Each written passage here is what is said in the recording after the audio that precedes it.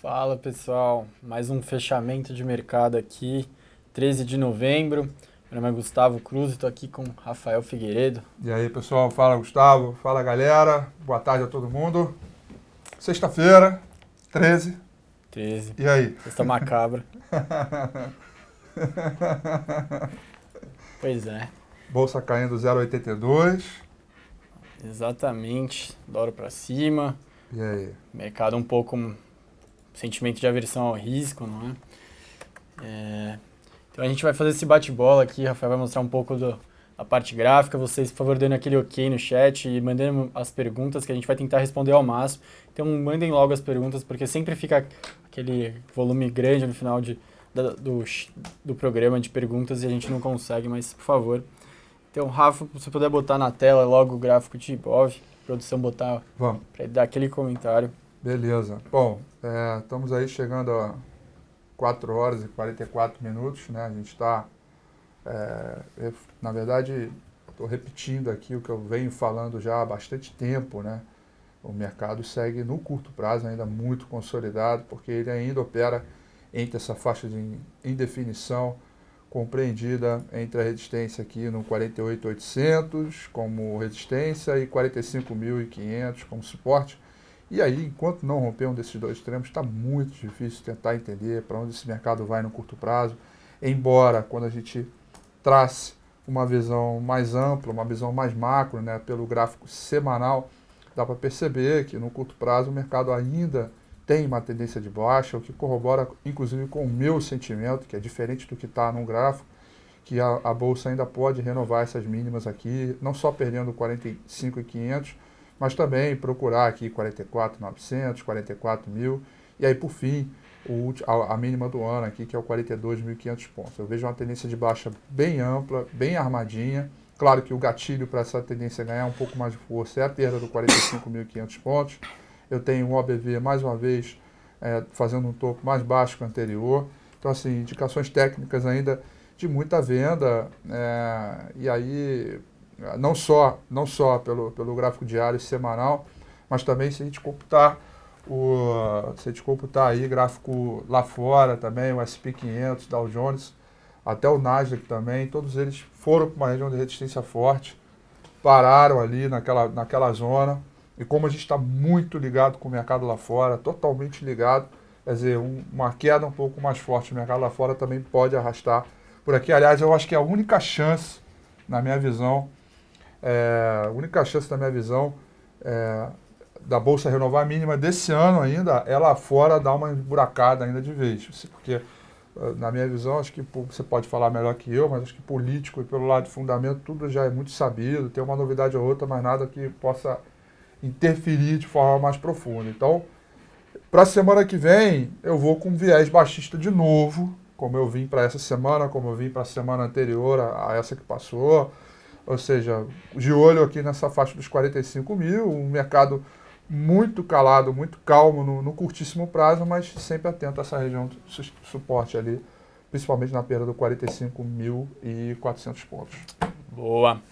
Fizeram várias perguntas enquanto você vai botando na tela, perguntando de Croton, Vale, quando você vai pegando. Só dar uma resumida, então hoje pela manhã a gente teve dado do PIB da zona do euro do terceiro trimestre, ele veio abaixo do esperado, então gerou um pouco de apreensão no mercado que a zona do euro vai ter uma recuperação mais lenta do que o aguardado. Ontem a gente já tinha um discurso do Mário Draghi que deixou um pouco desanimado o mercado por ele não deixar uma data bem clara de quando vai ter a renovação do pacote de estímulos monetários, que é o que vinha animando o mercado desde o começo do ano.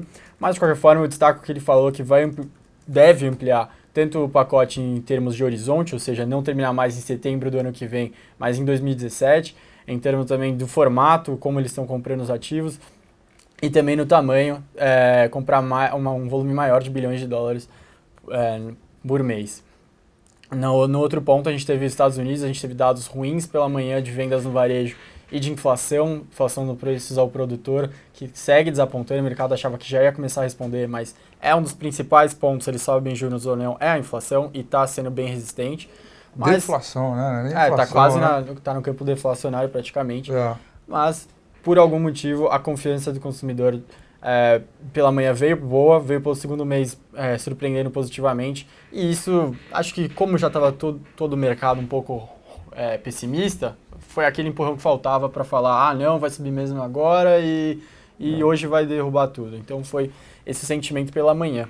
Talvez a gente viu os preços não respondem, mas a confiança está alta, então talvez eu acho que a resposta seja no salário. Eu acho que se o salário aumentar, quer dizer, o nível payroll aumentou um pouco, ainda que seja reprimido. Eu acho que se os salários reais começarem a aumentar, aí pressiona a inflação mais para frente. Talvez a resposta seja no salário, que é coisa que a gente não tenha visto, pelo menos na minha visão, olhando mais diretamente, seria isso.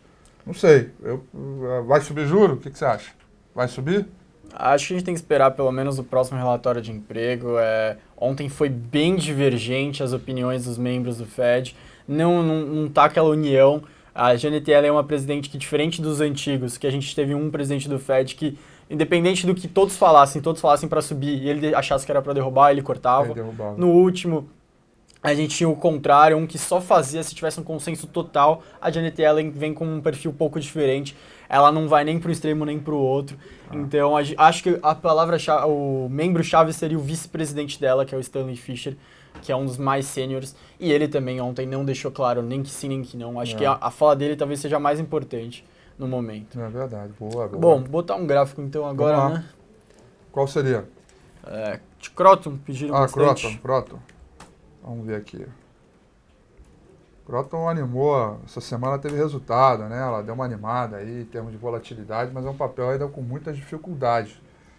E as dificuldades ela é dada por conta dessa resistência aqui, dada por essa média móvel 200 períodos aqui. Ó. Tá, testou a primeira, testou a segunda, testou a terceira. Ontem deixou um candle de topo, né? Ou melhor, sinalizando força na venda. E aí, esse quadro de definição ainda permanece. Como o OBV começa a fazer mínimas menores, eu continuo acreditando na não evolução. Eu não acho que vai cair, mas também eu vejo muita resistência aqui nesse 10,70, 10,85. Então, eu acho que eu vejo mais consolidação, eu tenho uma visão mais neutra aqui desse papel. Obviamente, se voltar a trabalhar acima dos R$11, pode ter um pouquinho mais de compra, mas enquanto isso não acontecer, eu fico mais neutro ali, sem apostar na venda, mas também na compra também não. Outro pedindo bastante foi Vale. Vale. Olha, a Vale, esse é o papel que eu tenho estado na visão baixista dele há um bom tempo. Né? Desde quando fez um topo mais baixo que o anterior, o papel fez isso aqui. Fez um canalzinho de baixa e que eu acho que deve percorrer e perdurar ainda por mais tempo. Aliás, eu posso até ajustar para cá, se for o caso. E, portanto, desde quando perdeu esse suporte aqui na faixa dos 12,80, eu vejo espaço para ainda mais venda, procurando aqui os 11,90, 11,60. Então, não vejo possibilidade de compra, não, nem um pouco. Mas a forma está subindo hoje. Então, pois é, mas depois de 1, 2, 3, 4, 5, 6, 7 dias consecutivos de queda, claro que um dia ele acaba refugando um pouquinho, tentando um repique, mas nada muito animador do ponto de vista do curto prazo, cara. Acho que qualquer motivo qualquer alta aqui volta para o 13,30, eu vejo oportunidade para mais venda. Certo. Um último antes de voltar para cá, Sula 11, que pediram bastante. Sula 11. Aí depois a gente volta um pouquinho, depois o gráfico novamente. Sula 11 é o seguinte, tá? Eu vejo o papel muito bem configurado na tendência de alta, só que há uma pequena divergência de topo aqui, e divergência tal que me faz ficar um pouco preocupado. Né? A minha preocupação é o seguinte, os topos do OBV são descendentes e os topos do gráfico de preços são ascendentes. Então, nessa maneira, eu acho o seguinte, que o papel tem alguma força na compra, mas uma força ainda não tão relevante como anteriormente visto. Né? Então, seguinte, para tentar comprar a Sula 11, eu veria a oportunidade na ultrapassagem do 21,40. Aí eu acho que vale a tentativa, pura e simplesmente porque está rompendo o último topo, e aí vão tentar buscar o 22,70, que é o meu alvo que eu tenho para o papel no médio prazo. Agora, se ele crava uma outra figura de topo aqui nessa região de resistência, eu ficaria um pouco fora, embora o papel tenha uma configuração de tendência maravilhosa. Né? Acho que o único alerta que ele me chama é essa questão do OBV, que está fazendo topos descendentes. Então, é um papel que, apesar da boa configuração, o ABV já não me deixa aí com tanta vontade quanto anteriormente. Boa. Falar agora um pouco, então, tem muita gente perguntando do Levi, depois de GBR, já que já deixar pronto aí, estão perguntando muito. Bom, a parte do Levi, gente, entre possível troca dele com o Meirelles, está surgindo tudo quanto é possível informação com aquela base de verdade que todo mundo tem, né? Já tem gente falando que já está sendo negociado há meses isso aí, tem gente falando que não. Estou falando de tudo, né? Nessa hora eu já ouvi de tudo. Que nem ano passado, quando não tinha o nome do Levi, a gente escutava todos os nomes possíveis. Murilo, da Vale. Mercadante, todo mundo podia ser ministro da Fazenda. Agora, a negociação pode estar em todos os estágios possíveis. Bom, o ponto que eu acho importante deixar claro aqui é que se ocorresse a possível troca pelo Meirelles, talvez ocorresse o mesmo sentimento na Bolsa, uma força um pouco menor do que um possível impeachment. Aquela euforia no começo, assim, a Bolsa sobe um pouco, pessoal animado, acho que vai trocar tudo. Se ele realmente conseguisse, que nem surgiram informações, já vir com o novo presidente do Banco Central, ministro do Planejamento, aí com certeza agrada, essa é a palavra, agrada um pouco mais o mercado. Se ele chegar também e falar que viria com uma política um pouco mais anterior, como estava sendo implementada anteriormente, que eu acho bem difícil, desagradaria. Mas o ponto não adianta nada simplesmente ser um anúncio dele. O importante é o que ocorreria depois, como que ele conseguiria implementar as medidas ou não. Se daqui a alguns meses ele assume, depois de uns meses nada muda, continua tendo as medidas sendo barradas no Congresso, as medidas vão para o Congresso e são aprovadas de um jeito totalmente diferente, que não ajuda o ajuste fiscal, tudo volta a um ponto que estamos agora. Esse acho que é a realidade é o seguinte, a realidade é uma só. Estamos com um problema, tem que passar algum ajuste fiscal para dar uma luz no fim do túnel para quem quer olhar o Brasil para 2016, 17, 18. As dificuldades são imensas pelo lado da economia, porque o lado político não ajuda. Então, quem quer que seja que esteja lá e que for mudar, cara, vai ter que arrochar. Agora, uns querem arrochar mais, outros menos. Me parece que a decisão do mercado vamos para quem quer arrochar um pouco menos. Mas isso tem consequência. Até que ponto o mercado escolhe esse tipo de coisa? Tem consequências. Quem quiser arrochar menos, entendeu? Vão apertar, vai ter ajuste, mas não vai ser a la Levi, como já ouvi em algumas leituras. Tem consequências que vão... O grande problema é que a gente está perdendo tempo, né? Exato. E quanto mais a gente demora para corrigir o problema, pior fica. E mais a dívida pública pode aumentar. Mais o castelo de areia vai indo embora conforme a gente vai deixando a onda bater e não reforça ele. Então, exatamente. É nessa. Diferentes formas de fazer comida, mas com formas diferentes. Bota o mesmo ingrediente, mas tem gente que bota uma forma tal, uma forma redonda, outra mais quadrada, outra mais retangular, mas vai sair. E aí? O que é melhor? Eu acho que tá difícil. Para qualquer lado que saia, tá difícil. Bom, vamos atender um pouco mais as perguntas. Então, GGBR foi uma que perguntaram bastante aqui. GGBR é outro papel também bem ruizinho, graficamente falando. Aliás, os Minas também pesou bastante hoje. CSN é um dos melhores do segmento, digamos assim. O GGBR perdeu esse suporte aqui na faixa dos... deixa eu ver aqui, na faixa dos SIC 30. E perdeu a faixa aqui do SIC 30. Eu acho que vem mais venda. Eu acho que vem procurar aqui o 4,88, quiçá 4,40. Né? Vai seguir zigue-zagueando para baixo. Acho que a única maneira do papel melhorar o quadro na compra aqui é voltando a trabalhar acima dos 5,74 assim mesmo para tentar o repique. Não é um papel que eu ficaria comprado e também não indicaria a compra nesse momento em função da perda desse último suporte aqui. Um quadro ainda um pouco delicado o papel. Os Minas também. Pra aproveitar aí a explicação, os Minas também tá bem esquisitinho, perdendo o último fundo. Vou mostrar o gráfico dela aqui. Boa. Perdeu, o papel saiu do MSCI nessa noite, né? Na noite passada, melhor dizendo. E isso acabou fazendo com que o papel fique um pouquinho mais pesado, já renovou a mínima. O papel está em pontos ali desde 2001. Depois de ter testado a mínima do dia aqui, próximo dos 2,60, 2,57. Então, também está bem pesado, é um papel ainda bem complicado de ficar comprado ou de querer comprar nesse momento, muito embora possa acontecer algum tipo de repique. em função das últimas quedas aí. Um que perguntaram muito foi Ecor também. Ecor Rodovias, também. Isso, dá uma resposta pro pessoal. Eco Rodovias, por acaso, eu não sei se que é porque eu falei, mas Eco Rodovia também saiu do MSCI ontem, e aí também sofreu essas baixas aí muito intensas. Papel claramente numa tendência de baixa, topos e fundos descendentes, testando a região de suporte importante aqui no 5,59. Aí veio o cara e veio para a famosa ilusão do trade rápido, que é fácil olhar gráfico, né? Ah, isso aqui é um martelo, estamos entrando no leilão e martelo é sinal de compra. Uma coisa é você ter um martelo no sinal de compra dentro de uma tendência de alta. Outra coisa é você ter um martelo com sinal de compra dentro de uma tendência de baixa. E nós estamos claramente numa tendência de baixa. Quero lembrar vocês, por exemplo, só esse pequeno exemplo aqui, ó. Olha, isso aqui é um lindo martelo. Subiu no dia seguinte, ele foi lá e repique, logo depois caiu. Quer dizer, o que impede de acontecer a mesma coisa aqui? O papel está em tendência de baixa, isso continua sendo um agravante para evitar as compras aqui e não trabalhar contra a tendência. Pelo contrário, acho melhor qualquer motivozinho de alta aqui, 6, 6,10, 6,20, 6,40, mais venda no papel em função da tendência de baixa. Boa.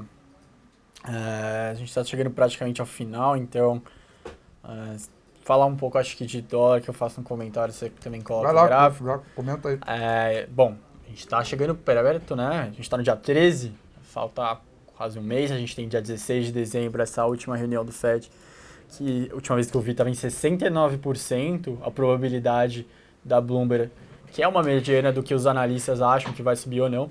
Nunca teve tão alta em todas as reuniões do ano. Verdade.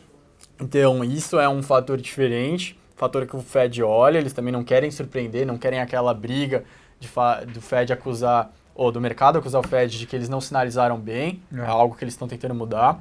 Então, acho que isso com certeza reforça os olhos do mercado para essa decisão. De qualquer forma, gente, estruturalmente o dólar para mim continua para cima. O Fed vai começar essa elevação na taxa de juros agora em dezembro ou março do ano que vem, mas vai começar, vai ser uma realidade, né? Se vai ser agora ou depois, a alta do dólar é uma realidade. Isso. Tem que tratar ela de alguma maneira. A moeda deles vai apreciar frente à maioria das moedas do mundo, inclusive a nossa. O fator, além disso, é que a nossa não tem muitos motivos para celebrar no curto, médio prazo. Nada indica que vai melhorar. A gente está vendo o ajuste fiscal sendo muito difícil de ser aprovado. Política barrando muito a economia. Fora que não vejo a gente conseguindo manter, do jeito que as coisas estão, não vejo a gente conseguindo manter o grau de investimento muito mais do que talvez o comecinho do segundo semestre do ano que vem. Acho que, inclusive, no primeiro a gente já pode perder. E se a gente pegar o gráfico, quando a gente perdeu o rating pela Moody's, quando a gente foi rebaixado pela Moody's, a gente já deu uma esticada no dólar, já foi para cima. Quando a gente perdeu para a S&P, que a gente virou grau especulativo, mais uma vez. Pela Fitch recentemente, um mês atrás, 15 de outubro, mais uma vez. Quando perdeu o grau de investimento, de fato, já vai antecipar muita coisa do mercado, mas conforme for ficando claro que a gente vai perder, mais uma vez. Verdade. O gráfico mostrando o que para nós? O gráfico mostrou um certo alívio, mas eu acho que é um pouco também dessa questão que se a gente também... existe uma direção do dólar para cima, mas de valorização do real versus em função do dólar, mas se a gente olhar nos últimos 12 meses, é a moeda que mais valorizou entre todos os emergentes nos últimos 12 meses. Isso traz para a gente uma percepção de que também algum tipo de ajuste pode acontecer, mesmo que seja mínimo, para depois voltar a disparar. E esse tipo de ajuste eu comecei a ver desde há 2 semanas atrás, e aí eu queria mostrar para vocês o seguinte, que o gráfico semanal, ele mostrou alguns topos aqui importantes, né? Cravou o topo nessa semana aqui, que foi a semana do dia 5 de outubro. A partir daí, o dólar teve algumas resistências para subir, dificuldades para subir, melhor dizendo. E agora é o seguinte, tem um canal de baixa importante, ainda já armado aqui. Ou seja, embora possa ter algum repique, eu acho que no curto prazo esse ajuste ainda deve acontecer um pouquinho. Do que não significa que o dólar nunca mais vai subir. Eu acho que existe uma correção acontecendo para depois ele vir para uma pernada. Tá? E aí eu acho que a gente tem que aguardar essa correção acontecer. Então eu vejo no curtinho ele trabalhando aqui entre a região do 900 e 780, né? Ficarem naquele range, um com o outro, sem grandes alvoroços para cima, sem grandes alvoroços para baixo, até porque eu acho que o político está parado, o noticiário em geral está meio fraco mesmo, esperando o rompimento de um desses dois extremos, e aí sim ele ajusta, vai junto com o mercado internacional e acelera, ou não, né? Vem trabalhar num campo positivo. Então, no curto prazo tem um pouquinho desse ajuste, médio e longo prazo para cima. Bom, voltar agora para a gente, então, chegamos ao fim de mais um programa, mais uma semana. Espero que todos tenham aproveitado bastante essa semana e que aproveitem ainda mais final de semana. Boa. A gente se vê semana que vem. Obrigado. E aproveitar, obrigado, Gustavo, valeu. Aliás, é o primeiro programa que a gente faz, né? É o primeiro junto. De primeiro de muitos, né, que está junto aqui. Quero aproveitar, que já hoje é sexta-feira, dizer para vocês que a gente está com um evento bacaníssimo para divulgar, que é esse evento A Cara do Trader, que vai acontecer dia 28 de novembro na Bolsa de Valores de São Paulo, na BMF Bovespa. Eu vou colocar o link para vocês, eu vou pedir para a produção colocar o link da inscrição. Já temos 1.100 pessoas inscritas.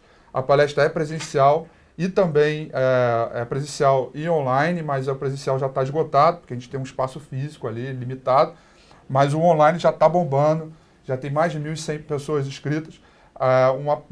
Um evento que vai reunir todos os analistas da CLIA, eu, Góes, Boa, os traders, Aliac, Igor, o Neto Trader. A gente vai fazer uma palestra sobre a cara do trader, que vai falar um pouquinho dos traders, como é a realidade do day trade hoje, como é que é a realidade de você ganhar, sobreviver com esse mercado que está hoje.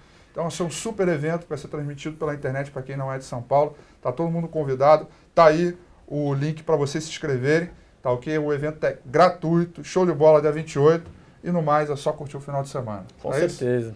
Valeu, galera. Então é isso. Um grande abraço. Prazer estar falando com vocês aqui. E até o próximo fechamento de mercado. Até mais, pessoal.